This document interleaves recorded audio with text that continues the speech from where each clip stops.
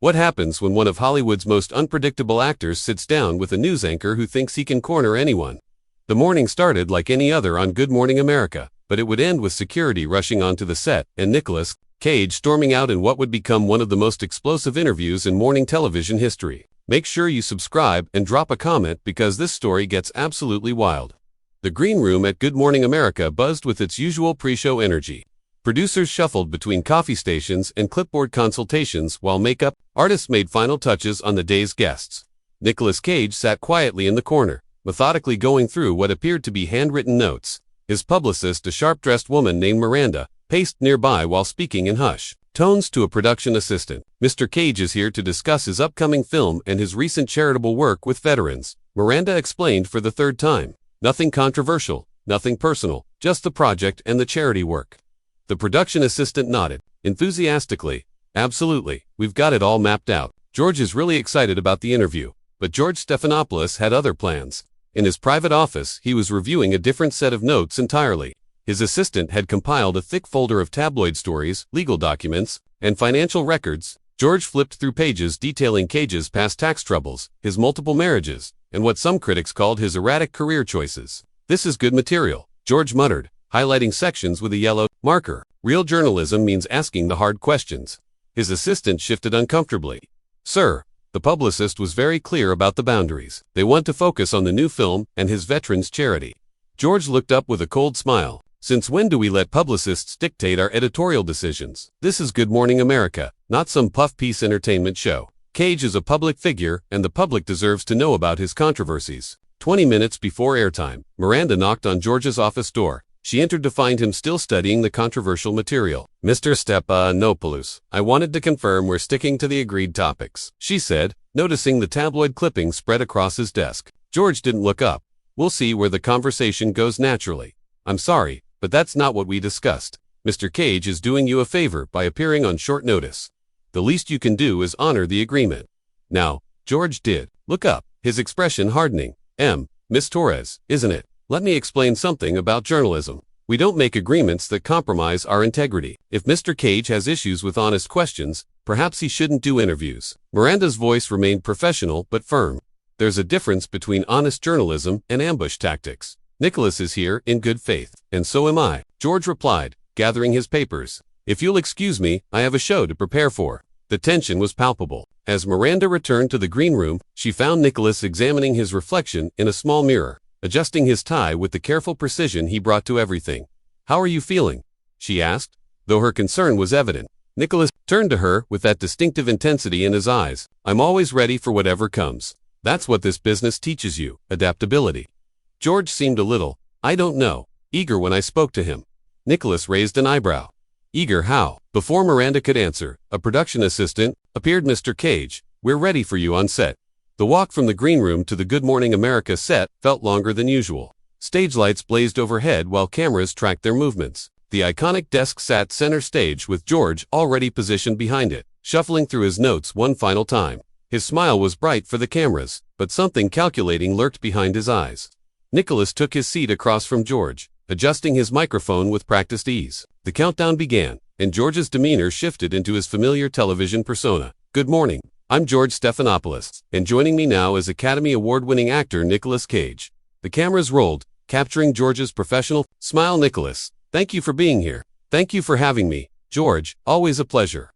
George's smile widened slightly. "So, let's talk about your new film. But first, I have to ask. You've had quite a journey in Hollywood. Some might say a roller coaster ride." Nicolas maintained his composure.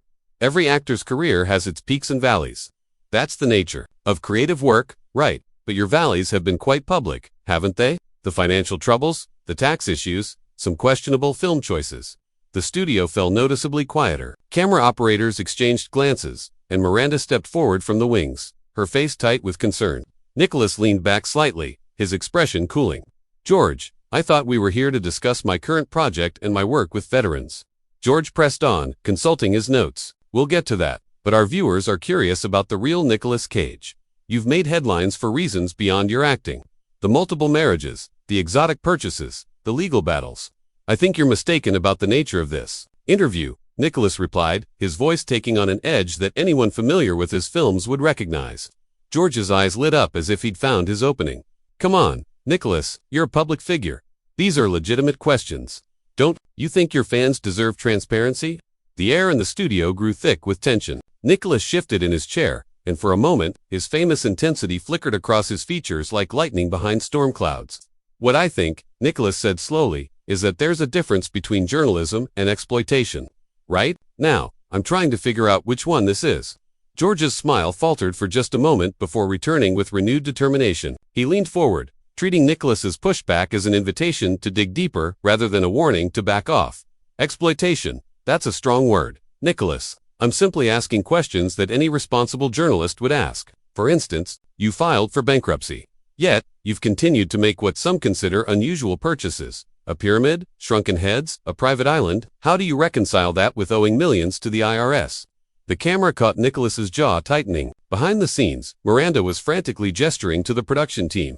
But George's producer was shaking his head, clearly enjoying the drama unfolding. George, let me stop you right there, Nicholas said, his voice dropping to that distinctive low register that had made him famous. First of all, I've never filed for bankruptcy. That's factually incorrect. Second, my personal finances, my purchases, my private life. These aren't topics I agreed to discuss. George consulted his notes again, a theatrical gesture designed to suggest he had damning information. But Nicholas, when you owe taxpayers money, doesn't that make your spending habits a matter of public interest? I have documents here showing you spent $200,000 on a rare comic book while dealing with tax liens. Documents. Nicholas's eyebrows shot up. What documents? Did you hire a private investigator to dig through my financial records? Because that would be interesting. The question caught George off guard. His confident demeanor wavered slightly. These are publicly available court filings. No, George, they're not. Court filings would show the liens, not specific purchases. So, where exactly did you get information about comic book purchases and private transactions? George shuffled his papers, suddenly less certain. Our research team is very thorough. Your research team or your tabloid contacts? Nicholas pressed, because it sounds like you've been buying information from sources that have no right to sell it. The studio audience, initially entertained by the conflict, began to sense something darker in George's tactics. Whispers rippled through the small crowd of staff and guests. George tried to regain control. Nicholas, I think you're deflecting from the real issues here. You've made choices that have put you in financial jeopardy, and yet you continue to live extravagantly. Extravagantly, Nicholas's voice rose slightly. George, do you know what I did last month? I visited wounded veterans at Walter Reed Medical Center. Not for cameras, not for publicity. I spent my own money to bring gift packages to soldiers who sacrificed their bodies for this country. But that's not the story you want to tell, is it? George's producer was now signaling frantically from behind the cameras, but George ignored him. That's admirable, Nicholas, but that doesn't address the financial irresponsibility. Financial irresponsibility. Nicholas stood up partially, his hands gripping the arms of his chair. Let me tell you about financial responsibility. George, I've employed hundreds of people throughout my career. Crew members, assistants, drivers, security, housekeepers, people with families who depend on the work I create. When I take a role, even in a film, you might consider beneath me. I'm not just earning money for myself. I'm creating jobs. George sensed he was losing the narrative and decided to go for what he thought would be a knockout punch. But Nicholas, let's talk about some of those roles. The Wicker Man, Ghost Rider, Spirit of Vengeance. Films that many critics called career lows. Were you just taking any role for the paycheck? The question hung in the air like a loaded weapon. Nicholas stared at George for a long moment, and everyone in the studio could feel the temperature drop. Did you just insult my work? George, I'm asking about your artistic choices. No, you're not. You're repeating lazy criticism from people who've never stepped onto a film set. You're regurgitating opinions from bloggers who think they understand the craft of acting. George tried to maintain his composure. Critics and audiences both panned several of your recent films. Nicholas's eyes narrowed. George, have you ever acted? Have you ever stood in front of a camera and tried to bring a character to life? Have you ever worked 18-hour days in desert heat or winter cold to create something for people's entertainment? No, but I don't need to be an actor to evaluate performances. Actually, you do need to understand the craft to judge it fairly. Every role I take, I give everything I have. Whether it's a big-budget studio film or an independent project, I commit completely. That's what professionalism means. George's confidence was cracking, but he pressed on. But surely you can admit that some of your choices were motivated more by financial necessity than artistic vision. Nicholas leaned forward, his intensity now fully engaged. Let me explain something to you about artistic vision. George, sometimes the most interesting work comes from unexpected places. Some of my most challenging and rewarding roles have been in films that didn't get big marketing campaigns or awards attention. Real artists don't just chase prestige projects. So, you're saying financial pressure had nothing to do with it. I'm saying that's none of your business. My motivations, my artistic process, my financial decisions, they're not subject to your amateur analysis. The word amateur hit George like a slap. His professional pride built over decades in journalism couldn't tolerate being questioned by an actor. Amateur, Nicolas, I've been doing journalism longer than you've been making movies. I've interviewed presidents, world leaders, Nobel Prize winners, and yet here you are ambushing guests with tabloid questions and personal attacks. Tell me, George, when you interviewed those presidents, did you spend the interview asking about their personal purchases and criticizing their career choices? George's face was wreathing. This is different. You're an entertainer. I'm an artist. And more importantly, I'm a human being who deserves basic respect, which apparently you don't understand. The cameras captured every moment of the escalating tension. George's producer was now making cutting motions across his throat, but George was too invested in the confrontation to back down. Respect is earned, Nicolas, and frankly, some of your behavior over the years has been difficult to respect. The studio went dead silent. It was the kind of moment that would be replayed endlessly on social media and morning show retrospectives. Nicolas stared at George with the same intensity he brought to his most memorable film roles. My behavior. Nicolas's voice was dangerously quiet. George, what exactly about my behavior do you find disrespectful? The fact that I work constantly, the fact that I support charities, the fact that I create jobs for people, or is it just that I don't fit your narrow definition of how a celebrity should act? George realized he had pushed too far, but his ego wouldn't let him retreat. Instead, he doubled down with the desperation of someone who knew he was losing control of his own show. Nicolas, I think viewers can judge your behavior for themselves. The public outbursts, the bizarre interviews over the years, the unconventional lifestyle choices. Nicolas's voice carried a dangerous edge. George, you mean the fact that I'm passionate about my work? That I don't give cookie-cutter answers in interviews? That I actually care about the art I create instead of just going through the motions? I mean, the erratic behavior that's been documented extensively. Nicolas stood up completely now, his full presence commanding the studio. Documented by who? Tabloid photographers, gossip bloggers, people who make money by twisting normal human moments into sensational stories. George fumbled with his papers, clearly unprepared for this level of pushback. There are multiple sources of garbage. George, you want to talk about erratic behavior? Let's talk about your behavior right now. You invited me here under false pretenses. You've spent this entire interview attacking my character instead of discussing the topics we agreed on. And now you're doubling down, instead of showing basic, human decency. The cameras captured every word, every gesture, every moment of what was becoming a masterclass in how an interview could go completely wrong. George's producer was frantically trying to get his attention, but George was locked. In a battle of wills he couldn't win. I'm doing my job as a journalist, George insisted, his voice rising defensively. No, you're not. You're being a bully with a platform. There's a difference between journalism and harassment. And right now, you're firmly in harassment territory. George's face was now visibly flushed.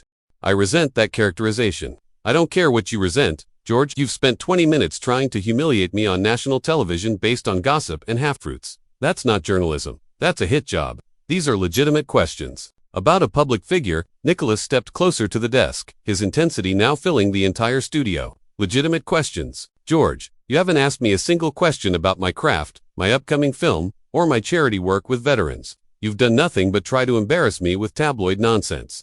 The public has a right to know. The public has a right to honest journalism, not character assassination disguised as an interview. You've turned what should have been a conversation about my work into a personal attack session. George tried one more desperate gambit. Nicolas, if you can't handle tough questions, maybe you shouldn't do interviews. The words hung in the air like a challenge. Nicolas stared at George for a long moment, and everyone in the studio could see the exact moment when his patience finally snapped. Tough questions. Nicolas's voice dropped to an almost whisper, but it carried more power than if he had shouted. George, let me ask you some tough questions. How does it feel to know that your audience is watching you bully a guest? How does it feel to realize that you've just destroyed any credibility you had as a fair interviewer?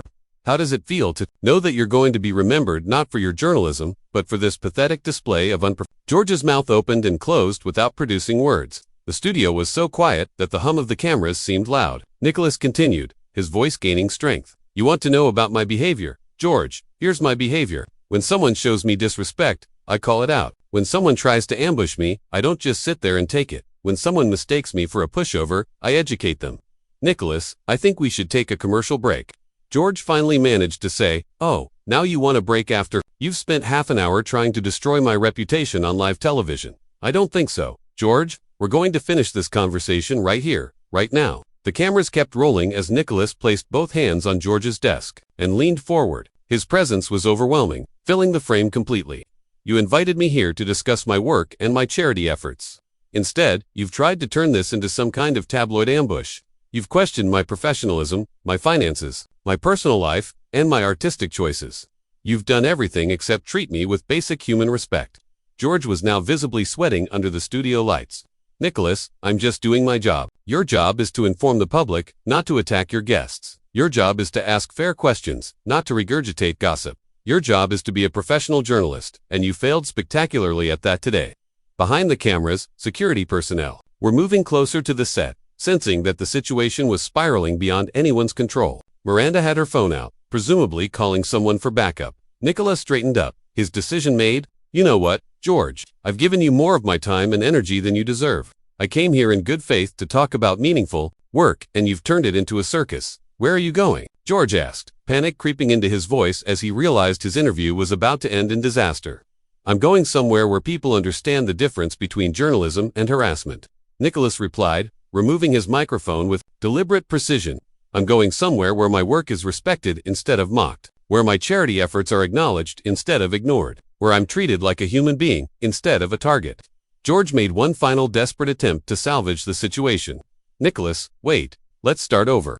We can discuss your film." Nicholas paused and turned back to face George one last time. "Start over. George, you don't get to start over after you've shown your true character. You don't get to pretend this was all a misunderstanding after you've revealed exactly who you are." The actor's voice carried a finality that everyone in the studio could feel. "You had an opportunity to have a meaningful conversation with someone who's dedicated his life to entertaining people and helping veterans. Instead, you chose to be petty, vindictive, and unprofessional. That's on you, not on me." With that, Nicolas Cage walked off the set of Good Morning America, leaving George Stephanopoulos sitting alone at his desk with dead air and the realization that he had just created one of the biggest interview disasters in morning television history. The cameras captured every second of his stunned expression as security escorted Nicolas toward the exit. The studio remained eerily quiet as George stared at his notes, finally understanding the difference between tough journalism and character assassination, but by then, it was far too late to undo the damage he had inflicted on both his guest and his own reputation.